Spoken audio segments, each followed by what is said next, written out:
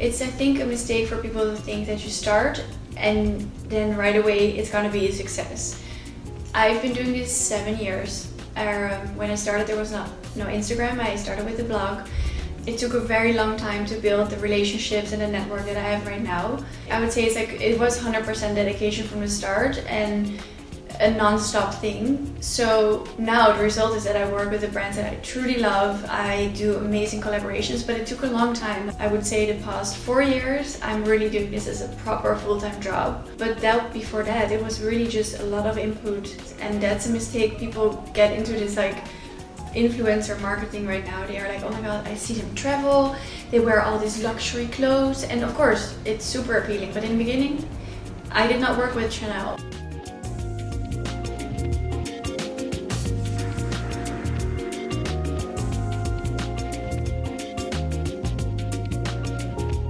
I think when we moved to New York, because before I was in London and that was amazing, I had a really good start there, but a lot of the PRs and a lot of the brands, they actually already were on influencer marketing or worked with bloggers, as they called it then. And then they were much more open to speak with me. They invited me to their events, their shows. It sort of started rolling more because they were just more ahead here than in Europe. And then now Europe obviously also came, and they are amazing too at it, but it just took longer. So for me, being here made me able to build my network bigger, my business, the collaborations, the projects we worked on creatively. There's so many creative people here. So it was a combination of just a market that was a bit ahead, and that brought opportunities.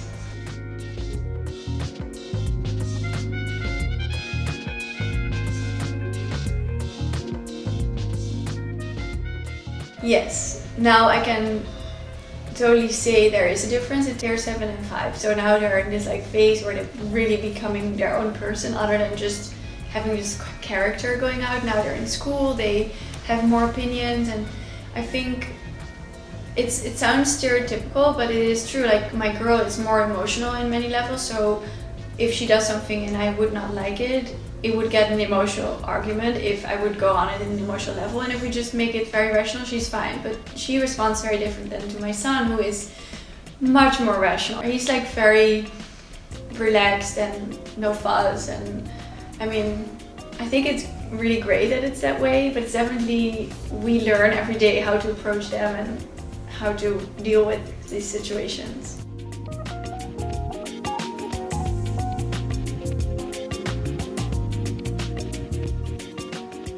Yeah, I think it helped me analyze certain situations more, because it's easy to react as a woman being emotional about something. But now I try to rationalize those moments and analyze how she responds to me saying things, so that we have a better chemistry and solving things, because I don't want to argue with a 5-year-old. Also not from a point that I'm the one that knows better, but more from a point that I want to build this relationship where she feels she can tell or say me anything, and then we will see where it gets us, how I respond to that. I don't want to be the parent, especially because I work a lot and travel a lot, that it's about me. If she's slow in the morning, I don't want to make her feel oh, she needs to rush because mommy's going to be late somewhere. I want to make sure that she understands that it's because she gets to school and she needs to be there on time, and it's a good thing to be on time.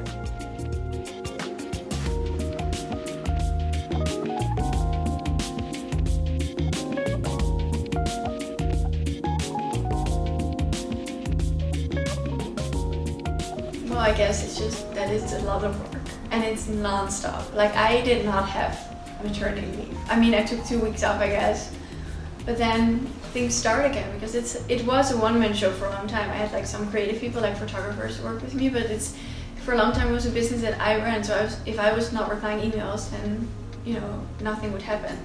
So I think the common mistake, and then also going back to your first question, it's a lot of work. It never stops.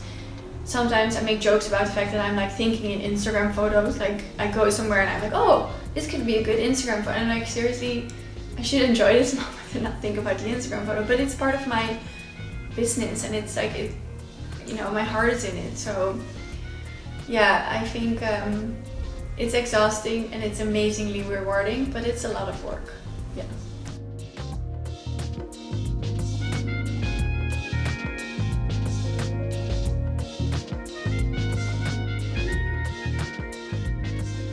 I can say with all honesty that I also sometimes suffer of anxiety.